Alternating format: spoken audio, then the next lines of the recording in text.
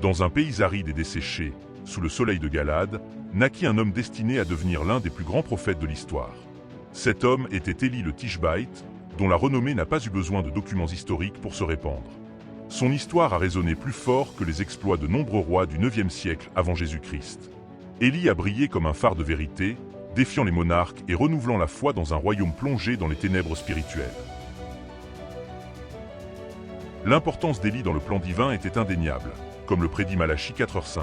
« Voici, je vous enverrai Élie, le prophète, avant l'avènement du jour du Seigneur, de ce jour grand et redoutable. » Cette prophétie résonnait dans le cœur de ceux qui attendaient avec impatience le retour de ce messager de Dieu.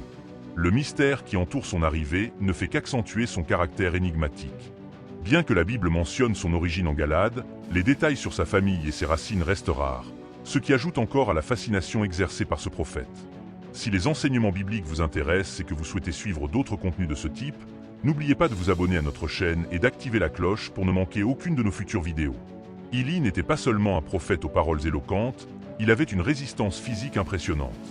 Dans 1 Roi 17h01, nous voyons Élie défier le roi Achab en lui prédisant une sécheresse dévastatrice. Son courage et sa vigueur sont évidents lorsqu'il court devant le char d'Achab du mont Carmel jusqu'à la ville, une démonstration remarquable de sa robuste condition physique. Le voyage d'Élie a été marqué par des actes extraordinaires et des interventions divines. Après avoir affronté Achab, Dieu l'a conduit au ruisseau de Cherit, où il a été miraculeusement nourri par des corbeaux qui lui ont apporté du pain et de la viande. Lorsque le ruisseau s'est asséché, Dieu lui a ordonné d'aller à Sarepta, à Sidon, où une veuve l'a accueilli, comme cela avait été prophétisé. Dans Luc 4:26, nous voyons comment Élie a manifesté la puissance de Dieu en fournissant miraculeusement de la nourriture à la veuve et à son fils, même en période de pénurie. La parabole de Luc 17:8-10, qui reflète l'humilité et le devoir du serviteur, fait écho au voyage d'Élie, montrant l'importance de servir avec foi et dévouement. Bien que grand prophète, Élie est toujours resté un fidèle serviteur de Dieu. Son histoire est un voyage plein de foiet de miracles. Depuis les vallées arides de Galade jusqu'aux confins de l'area et de la Galilee, offrant lekens éternels d'obéissance et de confiance dans le Seigneur. À un moment crucial de son voyage, Élie fait une rencontre remarquable dans un village. 10 hommes lépreux, exclus et désespérés, implorent la miséricorde de Jésus, cherchant un remède à leur maladie. Lorsque Jésus les a vus, il leur a demandé de se présenter aux prêtres, un acte de foi qui a abouti à leur purification. Parmi les personnes guéries, un Samaritain, qui a reconnu le miracle, revient glorifier Dieu et remercier Jésus, démontrant ainsi l'étendue de la grâce divine. En arrivant à Sarepta, Élie trouve une veuve confrontée à une grave pénurie. Ses dernières réserves de farine et d'huile étaient sur le point de s'épuiser. Élie lui apporte un message d'espoir et lui demande un morceau de pain. Il a promis que la farine et l'huile ne s'épuiseraient pas avant le retour de la pluie. Cette promesse a mis à l'épreuve la foi de la veuve. Alors qu'elle faisait face à ses doutes et à ses insécurités, son fils tomba gravement malade. Au comble du désespoir, la femme a affronté Élie, reflétant la douleur et l'angoisse humaine face à la souffrance. Ému de compassion et de confiance dans la puissance de Dieu, Élie intercède pour le garçon. Il l'emmena dans sa chambre et cria à Dieu avec ferveur, s'étendant sur le garçon dans une intense supplication. Le miracle s'est produit et la vie est revenue au garçon, apportant espoir et renouveau à la famille. La mère, témoin de la puissance impressionnante de Dieu manifestée par Élie, n'a eu aucun doute sur le fait qu'elle avait reconnu en lui un véritable homme de Dieu, quelqu'un dont les paroles reflétaient la pure vérité divine. Cet événement a non seulement réaffirmé la mission d'Élie, mais a également mis en lumière l'immense miséricorde de Dieu, qui est présente même dans les moments les plus douloureux et les plus difficiles.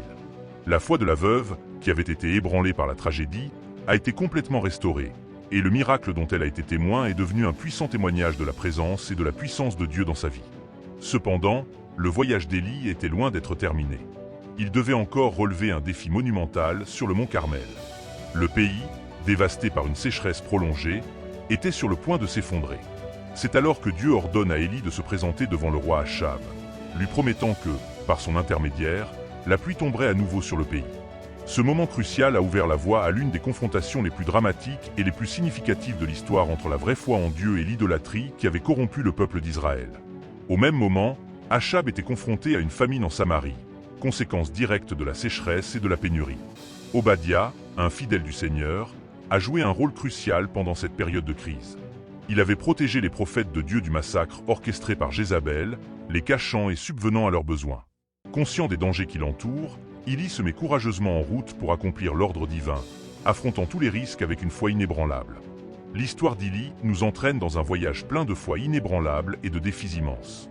Chaque épisode, de la provision miraculeuse dans la maison de la veuve à l'affrontement imminent sur le mont Carmel, révèle un modèle continu de dépendance totale à l'égard de Dieu. Élie est l'un des grands prophètes d'Israël, dont la vie entière a été un témoignage vivant de la puissance et de la fidélité du Seigneur. Alors que le pays souffrait d'une grave sécheresse, Achab et Abdia, dans une tentative désespérée de sauver ce qui restait de leur troupeau, se sont partagés le territoire à la recherche d'un quelconque pâturage. Achab se dirigea dans une direction et Abdia dans une autre, tous deux espérant trouver un peu de végétation pour nourrir les animaux. Au cours de cette pénible recherche, Abdia rencontre inopinément Élie. En reconnaissant le prophète, Abdia a fait preuve d'une grande révérence, mais il a aussi exprimé sa crainte. Il était conscient des efforts acharnés d'Achab pour capturer Élie et craignait les conséquences de l'annonce de sa présence. Obadiah, homme de foi depuis sa jeunesse, révèle à Élie comment il a risqué sa vie pour protéger les prophètes du Seigneur de la fureur de Jézabel. Sa loyauté envers Dieu est incontestable, mais sa crainte des représailles possibles d'Achab est palpable. Cependant, Élie assure fermement et avec confiance à Abdia qu'il se présentera devant Achab, et cette promesse représente bien plus qu'une simple rencontre. Elle est le signe avant-coureur d'une confrontation de foi qui culminera par un grand défi sur le mont Carmel. Obéissant à Élie, Abdia alla à la rencontre d'Achab et annonça la présence du prophète. Lorsqu'Achab rencontre Élie, il n'hésite pas à l'accuser d'être responsable de tous les problèmes d'Israël. Élie, avec la fermeté d'un véritable homme de Dieu, a réfuté cette accusation, en précisant que la véritable cause des problèmes du pays était l'idolâtrie galopante et la désobéissance au Seigneur. Élie a alors proposé un défi décisif. Rassembler tout Israël, y compris les 450 prophètes de Baal et les 400 prophètes d'Achéra, pour une confrontation sur le mont Carmel. C'était un appel au peuple pour qu'il décide enfin qui il servait vraiment, le Seigneur ou Baal. Sur le mont Carmel, devant une foule divisée et incertaine dans sa foi, Élie s'est présenté devant le peuple et a lancé un défi clair et direct. Suivre le Seigneur ou suivre Baal. Son message ne laissait aucune place au doute, et il exigeait que le peuple prenne une décision définitive. L'épreuve proposée par Élie était simple, mais en même temps très puissante. 2 taureaux devaient être préparés, l'un pour les prophètes de Baal et l'autre pour Élie. Cependant, seul le vrai Dieu répondrait par le feu du ciel, prouvant une fois pour toutes qui est le vrai Seigneur d'Israël. Le peuple, conscient de la gravité et de l'importance du défi proposé par Élie, accepte de participer à l'épreuve. La tension dans l'air était palpable, car chacun savait qu'il ne s'agissait pas d'une simple dispute, mais d'une bataille spirituelle opposant la vraie foi en Dieu aux pratiques idolâtres qui avaient infiltré et corrompu le cœur d'Israël. Élie ordonne fermement aux prophètes de Baal de choisir et de préparer leurs taureaux, en leur donnant la possibilité d'invoquer leur Dieu pour allumer le feu en vue du sacrifice. C'est le moment décisif pour prouver qui possède réellement le pouvoir divin. Les prophètes de Baal, désespérés, commencèrent leurs invocations à l'aube et les poursuivirent jusqu'à midi. Leur voix résonne sur le mont Carmel, mais leur Dieu reste absolument silencieux. Il n'y avait aucune réponse, aucun signe. Dans leur frustration, ils ont eu recours à des rituels extrêmes, se coupant le corps, pensant qu'un tel sacrifice pourrait attirer une manifestation divine.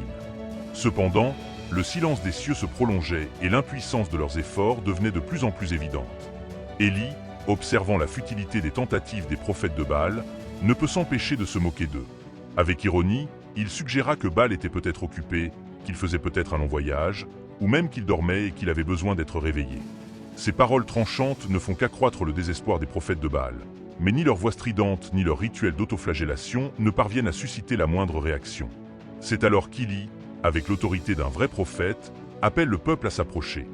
Devant tout le monde, Élie reconstruit l'autel du Seigneur, qui était en ruine, négligé et oublié. Il utilise 12 pierres représentant chacune les 12 tribus d'Israël, réaffirmant ainsi l'unité et l'héritage spirituel du peuple de Dieu. Élie a ensuite soigneusement préparé le sacrifice, en plaçant le bois et le taureau coupé sur l'autel. Mais il ne s'arrête pas là. Pour rendre le défi encore plus impressionnant, il ordonne de verser de l'eau sur le sacrifice, non pas une fois, mais 3 fois, jusqu'à ce que tout soit complètement trempé. L'eau a coulé sur les pierres et a rempli le fossé autour de l'autel, montrant clairement que le feu qui consumait le sacrifice ne pouvait provenir que d'une intervention surnaturelle. Au moment du sacrifice, Élie s'est tenu devant le Seigneur pour prier. Sa prière n'était pas seulement une demande de réponse miraculeuse, mais un cri pour que le cœur du peuple revienne à Dieu. En réponse à sa demande, le feu de l'Éternel est descendu du ciel avec une intensité écrasante. Le feu a consumé l'holocauste, le bois, les pierres et même l'eau du fossé, laissant tout le monde stupéfait par la puissance divine dont il venait d'être témoin. À la vue de ce miracle indéniable, le peuple, rempli de respect et de crainte, s'exclame à l'unisson « Le Seigneur, c'est lui qui est Dieu ». Élie, dans un acte de justice divine, ordonne que les prophètes de Baal soient conduits au ruisseau Kishon, où ils sont exécutés. Cet acte symbolique marque l'éradication de l'idolâtrie et la restauration de l'engagement d'Israël envers le Seigneur, rappelant à tous que la vraie foi ne peut coexister avec l'idolâtrie. Après l'impressionnante victoire sur le mont Carmel, Élie annonce avec confiance l'arrivée de la pluie tant attendue. Il monte au sommet du Carmel et, dans un geste d'humilité et de dépendance, se prosterne en prière, attendant le signe de la pluie promise par Dieu. Avec persévérance, il envoya 7 fois son serviteur surveiller l'horizon à la recherche d'un signe. À la 7e occasion, un petit nuage apparaît enfin dans le ciel. Malgré sa petite taille, il annonçait un grand changement. Il ne fallut pas longtemps pour que le ciel se remplisse de nuages sombres et qu'une pluie abondante tombe sur la terre, mettant fin à la longue sécheresse et démontrant une fois de plus la miséricorde et la puissance de Dieu. Cependant, cette victoire a eu de graves conséquences. Jézabel, furieuse de la défaite de ses prophètes et de l'humiliation de Baal, jura de se venger d'Élie en menaçant de lui ôter la vie. Face à cette menace, Élie est pris de peur et décide de fuir pour sauver sa vie. Découragé et solitaire, il entreprend un voyage désespéré vers Beersheba en Juda, laissant son serviteur derrière lui. Dans le désert, épuisé et désespéré, Élie se réfugie à l'ombre d'un genêt où, dans un moment de profonde angoisse, il exprime à Dieu son désir de mourir, se sentant incapable de poursuivre sa mission. Dans ce moment d'extrême vulnérabilité, Élie a révélé son humanité, montrant que même les grands hommes de Dieu connaissent des moments de faiblesse et de désespoir. C'est là, dans le désert, au milieu de sa douleur et de son épuisement, que le Seigneur a envoyé un ange pour prendre soin de lui. L'ange apporta du pain cuit sur des charbons ardents et une cruche d'eau, non seulement pour apaiser sa faim et sa soif physique, mais aussi comme symbole de l'attention constante de Dieu pour ses serviteurs. Lors de sa 2e visite, l'ange encouragea Élie à manger à nouveau, car le voyage qui l'attendait était long et difficile. Avec la force de cette nourriture céleste, Élie a pu voyager pendant 40 jours et 40 nuits, jusqu'à ce qu'il atteigne enfin le mont Horeb, la montagne de Dieu, un lieu sacré où se tenaient des réunions et des révélations divines. C'est là qu'Élie a eu une rencontre spéciale avec Dieu, qui l'a restauré et l'a préparé à poursuivre sa mission, réaffirmant le rôle crucial qu'il jouait dans le plan divin. Jézabel, saisie d'une colère implacable après la défaite humiliante des prophètes de Baal sur le mont Carmel, jura de se venger d'Élie. Sa fureur n'était pas seulement le reflet de son attachement au culte de Baal, mais aussi une tentative de rétablir le contrôle et le pouvoir qu'elle sentait lui échapper. Elle envoie un message menaçant à Élie, lui promettant qu'il subira bientôt le même sort que les prophètes qu'il a vaincus. Face à cette menace mortelle, Élie, le prophète qui avait affronté des centaines d'adversaires sur le Carmel, se retrouvait maintenant assailli par la peur et l'épuisement de son long combat spirituel. Portant le poids écrasant de sa mission et la persécution incessante de Jézabel, Élie s'enfuit dans le désert et, au cours de son voyage, trouve refuge dans une grotte sur le mont Horeb, également connu sous le nom de mont Sinaï, un lieu historiquement marqué par de profondes rencontres avec Dieu. Ce refuge n'était pas seulement un abri physique. Il allait devenir le cadre de l'une des expériences spirituelles les plus intenses de la vie d'Élie. Là, dans le calme et la solitude de la grotte, Élie a été confronté à Dieu, qui lui a posé une question simple mais pénétrante. « Qu'est-ce que tu fais ici, Élie ?» La réponse d'Élie est un mélange d'honnêteté et de douleur. Il a exprimé son zèle profond pour le Seigneur, précisant qu'il s'était entièrement consacré à la cause divine, mais il a également révélé ses sentiments d'isolement, de solitude et de désespoir. Élie se voyait comme le dernier prophète fidèle, persécuté et rejeté, et sentait que tout son travail était sur le point d'échouer. Cette transparence devant Dieu reflétait non seulement la gravité de la situation en Israël, mais aussi la profondeur de la foi d'Élie et l'humanité de sa souffrance. Dieu révèle alors sa présence à Élie, mais pas de la manière dont le prophète s'y attendait. Tout d'abord, un vent fort et impétueux déchire les montagnes, brisant les rochers environnants, mais le Seigneur n'est pas dans le vent. Ensuite, un tremblement de terre s'est produit, ébranlant les fondations de la terre, mais le Seigneur n'était pas non plus dans le tremblement de terre. Après le tremblement de terre, il y eut un feu intense, mais là encore, le Seigneur n'était pas dans le feu. Enfin, après ces grands phénomènes, on entendit une voix douce et tranquille, une brise légère qui murmurait dans le silence. Et c'est à cette voix douce qu'Élie a reconnu la présence de Dieu. Cette manifestation divine lui a rappelé avec force que Dieu ne se révèle pas seulement lors d'événements spectaculaires et terrifiants, mais souvent dans le calme, dans les moments subtils et silencieux de la vie. En entendant cette voix douce, Élie s'est couvert le visage de son manteau dans un geste de profond respect et a quitté la grotte, conscient qu'il se trouvait face à une révélation divine unique. La voix de Dieu lui a alors redemandé « Que fais-tu ici, Élie ?» Et avec la même honnêteté, Élie répéta sa déclaration de zèle et sa plainte de solitude. En réponse à la sincérité d'Élie, Dieu l'a non seulement consolé, mais lui a aussi donné de nouvelles orientations, marquant le début d'un nouveau chapitre dans son voyage prophétique. Dieu ordonne à Élie de retourner dans le désert de Damas, où il doit oindre Hazaël comme roi de Syrie, Jéhu comme roi d'Israël et Élisée, fils de Shaphat, comme son successeur prophétique. Ces onctions n'étaient pas de simples actes symboliques.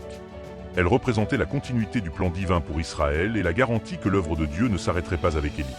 En outre, Dieu a révélé à Élie une vérité réconfortante. Il y avait encore 7000 personnes en Israël qui ne s'étaient pas inclinées devant Baal, des restes fidèles qui partageaient sa dévotion au Seigneur. Cette révélation a redonné à Élie l'espoir et la certitude qu'il n'était pas seul dans sa mission. Le zèle d'Élie pour le Seigneur n'était pas vain, et Dieu avait toujours un but précis pour lui et pour le peuple d'Israël. Après cette révélation transformatrice, Élie a commencé à exécuter les ordres de Dieu avec une perspective et une détermination nouvelles. Sa première tâche consiste à trouver Élisée, qui est en train de labourer le champ avec 12 bœufs.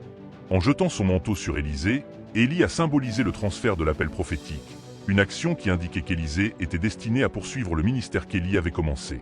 Élisée, réalisant la gravité et l'honneur de cet appel, a immédiatement quitté son travail pour suivre Élie, faisant preuve d'une profonde volonté de servir le Seigneur. Toutefois, avant de suivre Élie, Élisée a demandé la permission de dire au revoir à ses parents, un geste qui témoignait non seulement du respect pour ses racines, mais qui reconnaissait également l'importance de la transition qui était sur le point de s'opérer dans sa vie. Élie, réalisant la profondeur de ce moment, a permis à Élisée de dire au revoir à sa famille. Élisée abat alors les béhufs avec lesquels il labourait, fait cuire la viande et la partage avec le peuple, marquant ainsi symboliquement la fin de son ancienne vie et le début de son nouveau voyage en tant que prophète de Dieu. Ce passage d'Élie à Élisée était plus qu'une simple succession. C'était un moment de transformation spirituelle et d'engagement. En acceptant le manteau d'Élie, Élisée s'est engagé pleinement dans la mission divine, démontrant qu'il était prêt à suivre les traces de son mentor avec dévouement et fidélité. Ce moment était un avant-goût de la nouvelle ère prophétique qui allait se dérouler en Israël. Pendant ce temps, Élisée se rend à Damas, où Ben-Hadad, le roi de Syrie, est gravement malade. Le roi, inquiet pour sa santé et désireux d'avoir des nouvelles de son avenir, envoie Hazaël avec de riches cadeaux pour consulter Élisée, cherchant une réponse du Seigneur au sujet de sa maladie. Cette rencontre entre Élisée et Hazaël a de profondes implications, non seulement pour l'avenir immédiat de la Syrie et d'Israël, mais aussi pour l'accomplissement des desseins divins. Lorsqu'Élisée reçut Hazaël, il lui donna un message énigmatique. Il déclara que Ben-Hadad se remettrait de sa maladie, mais il révéla également que le roi mourrait bientôt. Ce message apparemment contradictoire reflétait la complexité des plans de Dieu et le rôle que Hazaël allait jouer dans ces événements. Élisée, qui avait une vision prophétique de l'avenir, a pleuré en réalisant la souffrance que Hazaël allait apporter au peuple d'Israël. Cette vision l'a profondément ému, montrant la douleur d'un prophète qui a vu l'avenir de sa nation. Hazaël, quant à lui, a été troublé par la réaction d'Élisée et n'a pas pleinement compris l'impact de ses actions futures. Lorsqu'Élisée lui révèle qu'Hazaël deviendra le prochain roi de Syrie, il s'interroge sur sa propre capacité à commettre les atrocités prédites par Élisée. Toutefois, Élisée est resté ferme dans sa réponse, déclarant que c'était ce que Dieu avait révélé. Hazaël retourna alors auprès de Ben-Hadad, qui mourut peu après, accomplissant ainsi la parole prophétique et entamant une nouvelle phase de troubles et de défis pour Israël et la Syrie. Ce chapitre de la vie d'Élie et d'Élisée nous rappelle avec force que l'accomplissement des plans de Dieu implique souvent des défis, des souffrances et des transitions difficiles, mais qu'il apporte aussi la promesse de la continuité, de l'espoir et du renouveau sur le chemin de la foi. Ensuite, nous nous pencherons sur l'histoire tragique de Naboth et de sa vigne, un épisode qui révèle l'ampleur de la corruption et de l'injustice sous le règne d'Achab, l'un des moments les plus sombres de l'histoire d'Israël. Achab, roi d'Israël, a jeté son dévolu sur la vigne de Naboth, une propriété proche de son palais à Jizril. Souhaitant transformer la vigne en jardin d'herbes aromatiques, Achab propose à Naboth un échange équitable ou même un paiement en espèces pour sa terre. Mais Naboth, fidèle à son héritage ancestral et à la loi de Dieu, a catégoriquement refusé l'offre du roi, affirmant que la vigne était un héritage sacré de ses ancêtres et qu'elle n'était donc pas négociable. Ce refus, bien que juste et fondé sur la loi divine qui interdisait la vente permanente des biens familiaux en Israël, a suscité la colère d'Achab. Le roi, frustré et en colère, retourna dans son palais avec amertume, incapable d'accepter qu'un simple sujet ait osé le défier. La réaction d'Achab ne fut pas seulement celle d'un homme contrarié, mais aussi celle d'un chef dont les actions commençaient à révéler le côté le plus sombre de son caractère. Il se retira dans ses appartements, refusant de manger, dépité de ne pas avoir obtenu ce qu'il voulait. C'est dans cet état de mécontentement que Jézabel, la femme d'Achab, entre en scène. Voyant le roi abattu, Jézabel remet en cause son autorité et sa volonté d'exercer le pouvoir royal. Pour Jézabel, reine étrangère d'origine phénicienne et adepte de Baal, Le refus de Naboth ne devait pas être considéré comme un obstacle, mais comme un affront qu'il fallait punir.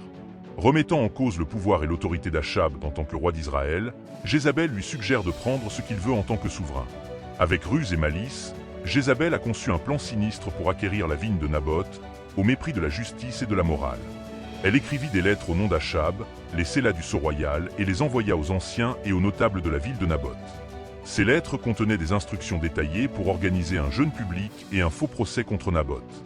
L'accusation porterait sur le blasphème contre Dieu et le roi, des délits qui, selon la loi, étaient passibles de la peine de mort. Jézabel a manipulé la situation sans pitié, utilisant la religion et la loi comme des outils d'oppression pour atteindre ses objectifs. Le plan de Jézabel a été exécuté avec une précision méticuleuse.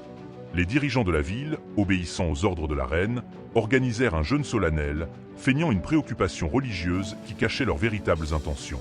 Naboth, sans se douter des mauvaises intentions qui se cachent derrière cet acte, est invité à y participer et est même honoré devant le peuple.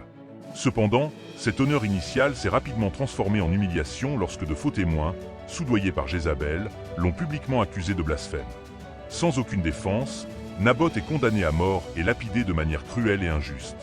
Naboth mort, Jézabel s'empresse d'informer Achab que la vigne qu'il convoitait est désormais disponible. Sans hésiter, Achab prend possession de la vigne, un acte qui symbolise sa soumission totale au mal et à l'influence corrompue de Jézabel. Mais cet acte ne passe pas inaperçu aux yeux de Dieu. L'injustice commise à l'égard de Naboth a non seulement terni le règne d'Achab, mais a également provoqué la colère divine.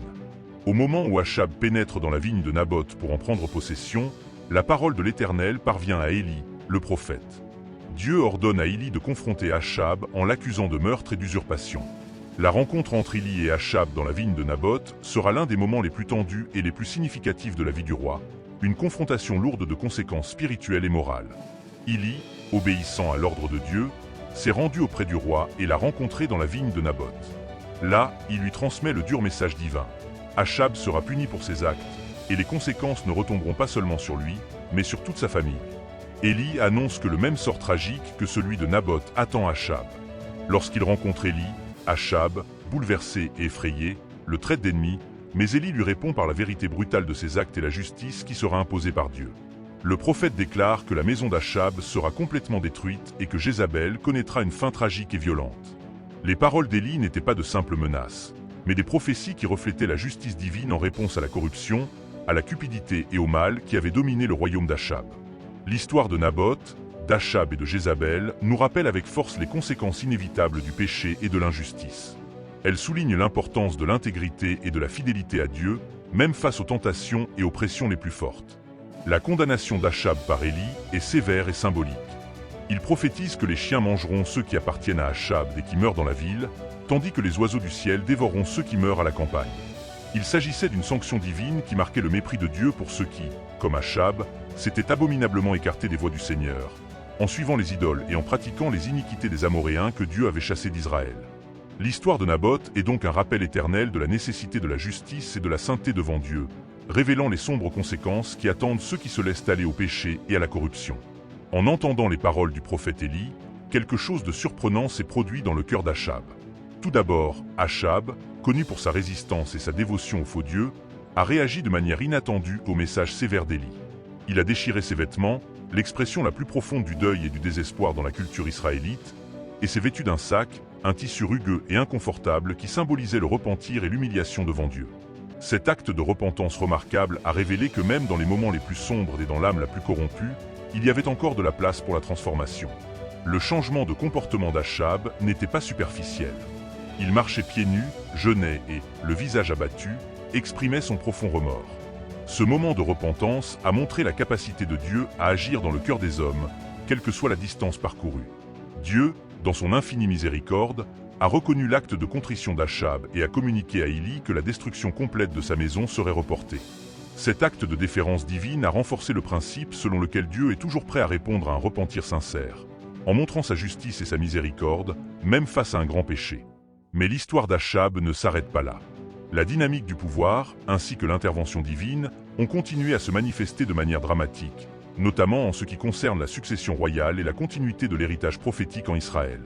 Après la mort d'Achab, son fils Achazia est monté sur le trône, mais au lieu de suivre les voies du Seigneur, il a perpétué les erreurs de son père. Dans un moment de désespoir, après avoir fait une chute qui l'a gravement blessé, Achazia a cherché conseil non pas auprès de Dieu, mais auprès de Baal-Zébub, le dieu d'Écron. Cette décision téméraire révèle son manque de foi dans le Dieu d'Israël et sa propension à suivre les idoles qui ont corrompu sa famille. Cependant, Dieu n'est pas indifférent à cette action. Un ange du Seigneur charge Élie de confronter les messagers qu'Achazia a envoyés pour consulter le Dieu païen.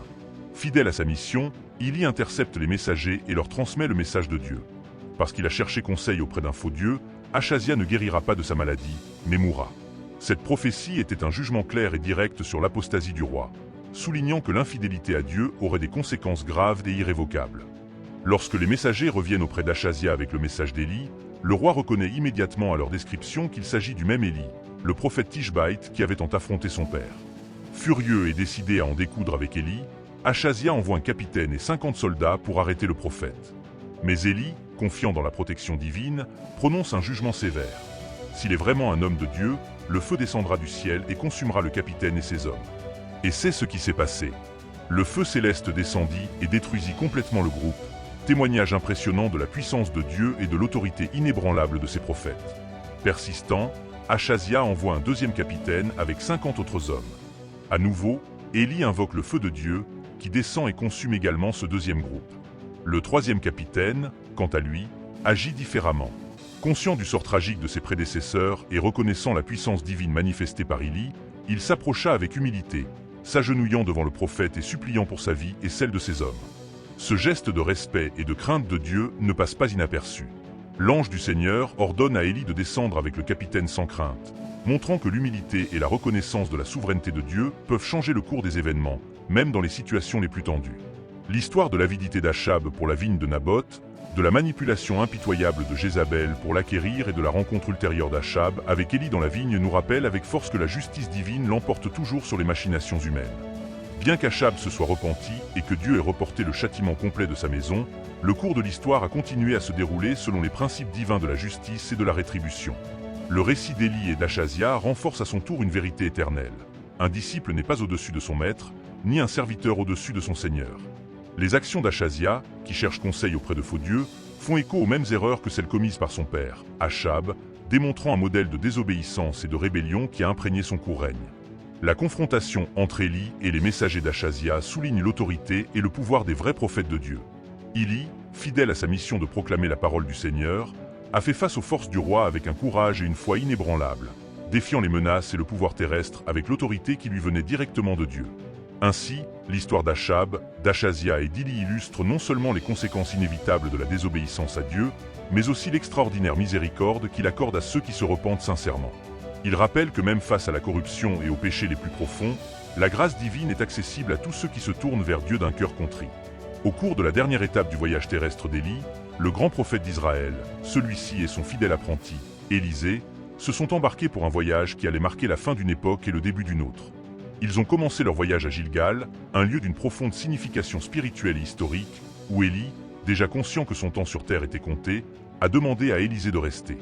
Cependant, la dévotion d'Élisée envers son maître est inébranlable. Il refuse de quitter Élie, tout en sachant que le prophète sera enlevé par Dieu. Avec détermination et loyauté, Élisée accompagne Élie à chaque étape de ce dernier voyage, conscient qu'il est sur le point d'assister à l'un des moments les plus extraordinaires de l'histoire sacrée. Arrivés à Béthel, l'un des centres spirituels d'Israël, les fils des prophètes, qui étudiaient et suivaient l'enseignement prophétique, s'approchèrent d'Élisée. Sachant qu'Élie allait être enlevé, ils l'ont interrogé sur sa décision de continuer à suivre Élie. Conscient de la gravité du moment et du mystère qui l'entoure, Élisée leur demande de garder le silence. Sa réponse n'était pas seulement une marque de respect, mais aussi de sérénité et de révérence face à ce qui allait se passer. Ce silence reflétait la profondeur de son engagement envers Élie et sa compréhension de ce que signifiait être en présence de Dieu à un moment aussi solennel. Le voyage d'Élie et d'Élisée se poursuit en direction de Jéricho, un autre lieu chargé de signification spirituelle. Une fois de plus, les fils des prophètes posent la même question à Élisée, qui réitère sa décision de ne pas se séparer d'Élie. La détermination d'Élisée à rester aux côtés de son maître, même en sachant l'issue imminente, montrait la profondeur de sa loyauté et l'importance qu'il attachait à l'héritage prophétique qu'il était sur le point de recevoir. Lorsqu'ils atteignirent les rives du Jourdain, un lieu d'une grande importance symbolique et spirituelle, Élie accomplit un miracle qui fait écho aux grandes actions de Moïse et de Josué. Avec son manteau, Il frappe les eaux du fleuve, qui se fendent et lui permettent, ainsi qu'à Élisée, de traverser à pied sec.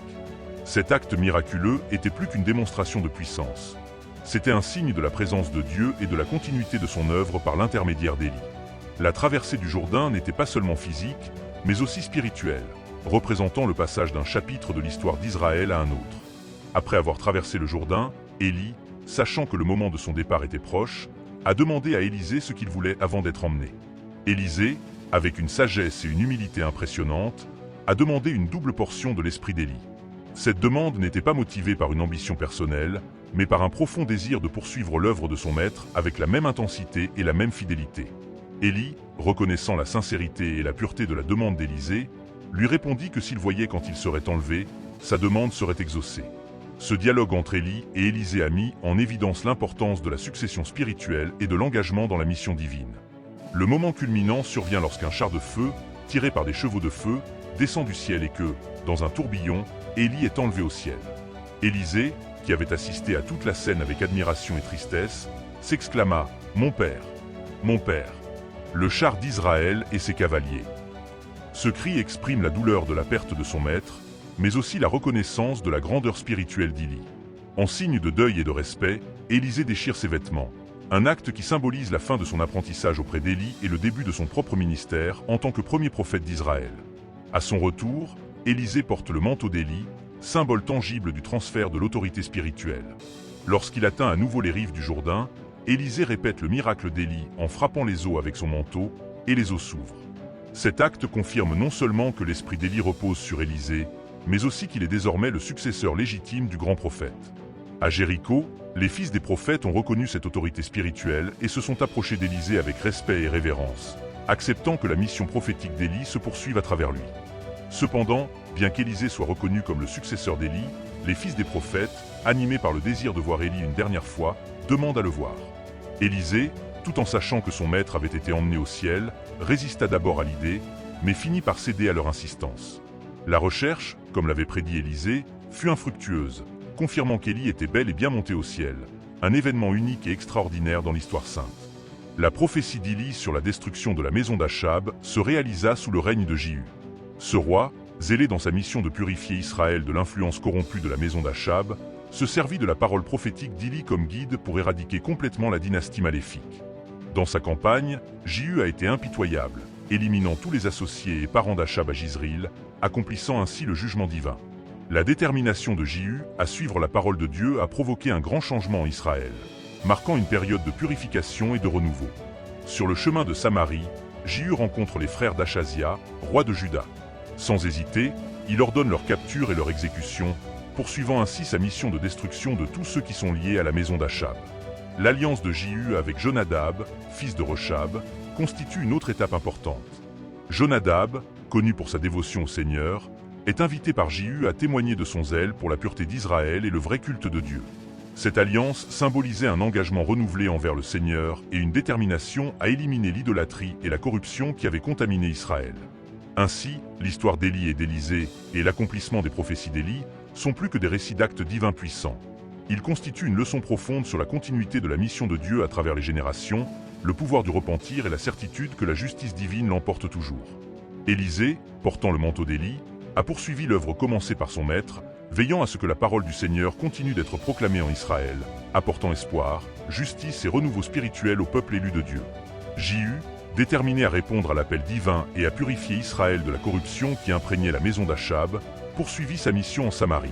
Sa détermination à éliminer tous les vestiges de cette dynastie représentait non seulement un acte d'obéissance, mais aussi un retour à la crainte et à la révérence du Seigneur, comme l'avait prophétisé Élie. Cette période a été une étape cruciale dans l'histoire d'Israël, un moment où la nation a été confrontée aux conséquences de son apostasie et de son idolâtrie, et a été rappelée à la fidélité à Dieu. L'histoire d'Élie et d'Élisée, ainsi que les actions de Jéhu, illustrent avec force la manière dont Dieu agit par l'intermédiaire de ses prophètes et des instruments qu'il a choisis pour accomplir ses desseins et exécuter ses jugements. Élie, prophète ardent et zélé, et Élisée, son successeur compatissant et diligent, illustrent la manière dont Dieu utilise des hommes de foi pour contester l'injustice, affronter le péché et ramener son peuple sur le chemin de la justice. La trajectoire de ces prophètes nous rappelle constamment que la fidélité à Dieu est essentielle et que la désobéissance entraîne des conséquences graves et durables. La vie et le ministère d'Élie et d'Élisée sont des témoignages permanents de l'intervention divine dans l'histoire d'Israël. Ils démontrent la fidélité inébranlable de Dieu envers son peuple et l'importance d'une vie vécue dans l'obéissance, la confiance et le service dévoué au Seigneur. À travers les récits de ces prophètes, nous sommes invités à contempler la relation dynamique entre Dieu et ses serviteurs choisis, une relation marquée par la confiance mutuelle, l'engagement ferme et l'intervention divine aux moments les plus critiques de l'histoire. Les histoires d'Élie et d'Élisée ne sont pas seulement des récits de miracles et de défis surmontés, mais aussi des expressions de la profonde humanité de ces hommes de Dieu qui, bien que dotés de la puissance divine, ont également fait face à leur propre vulnérabilité et faiblesse. Lorsqu'Élisée a repris le manteau d'Élie, il a non seulement hérité de la position d'autorité prophétique, mais aussi de l'énorme responsabilité de poursuivre la mission divine en Israël. Son ministère s'est caractérisé par des miracles qui reflétaient la puissance de Dieu, mais qui étaient également guidés par une profonde compassion pour les besoins des gens ordinaires.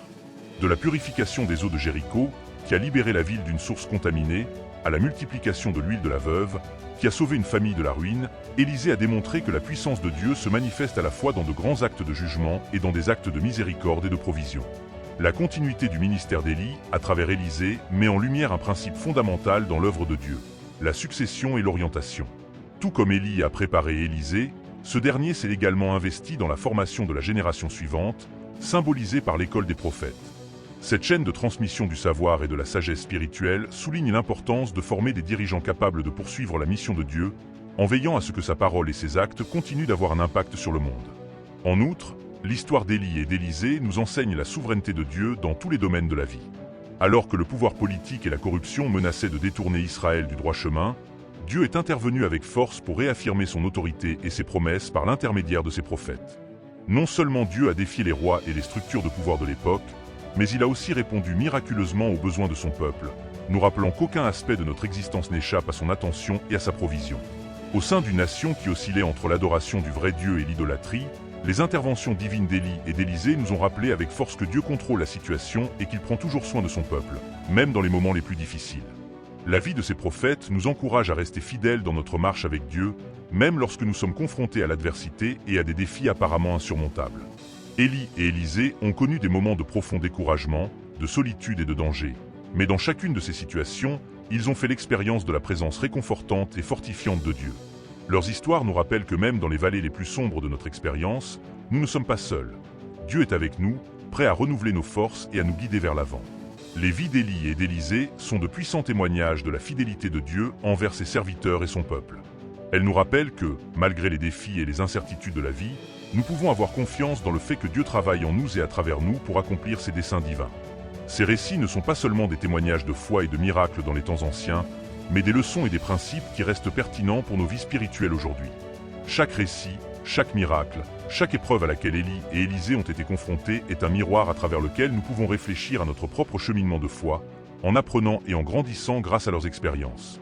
En étudiant leur vie, nous sommes appelés à vivre avec une plus grande obéissance, un plus grand service et une foi plus profonde, confiant que notre travail dans le Seigneur n'est pas vain et que, à la fin, nous verrons la manifestation de sa gloire et de sa puissance dans nos vies et dans notre monde. L'une des leçons les plus profondes qui ressort de la vie d'Élie et d'Élisée est le pouvoir transformateur de la prière et de la dépendance totale à l'égard de Dieu. Ces prophètes ne se sont pas contentés de prêcher le besoin de communion avec le Créateur. Ils ont vécu cette réalité à chaque instant de leur vie. Au milieu d'un monde plein de défis et d'incertitudes, Élie et Élisée ont entretenu une relation intime et continue avec Dieu, recherchant ses conseils dans chaque décision et sa force dans chaque bataille. Ce lien spirituel profond leur a donné l'audace et la confiance nécessaires pour faire face à des situations qui semblaient impossibles à des yeux humains. Leur vie nous rappelle avec force qu'au-delà de tout talent ou capacité personnelle, c'est dans la dépendance à l'égard de la force divine que nous trouvons le véritable but et l'efficacité de notre existence. Un autre aspect fondamental qui ressort de la trajectoire de ces hommes de Dieu est l'importance du courage moral et spirituel. Élie et Élisée ont vécu à une époque marquée par une idolâtrie et une injustice endémique, où la vraie foi en Dieu était constamment remise en question par les puissances terrestres et spirituelles.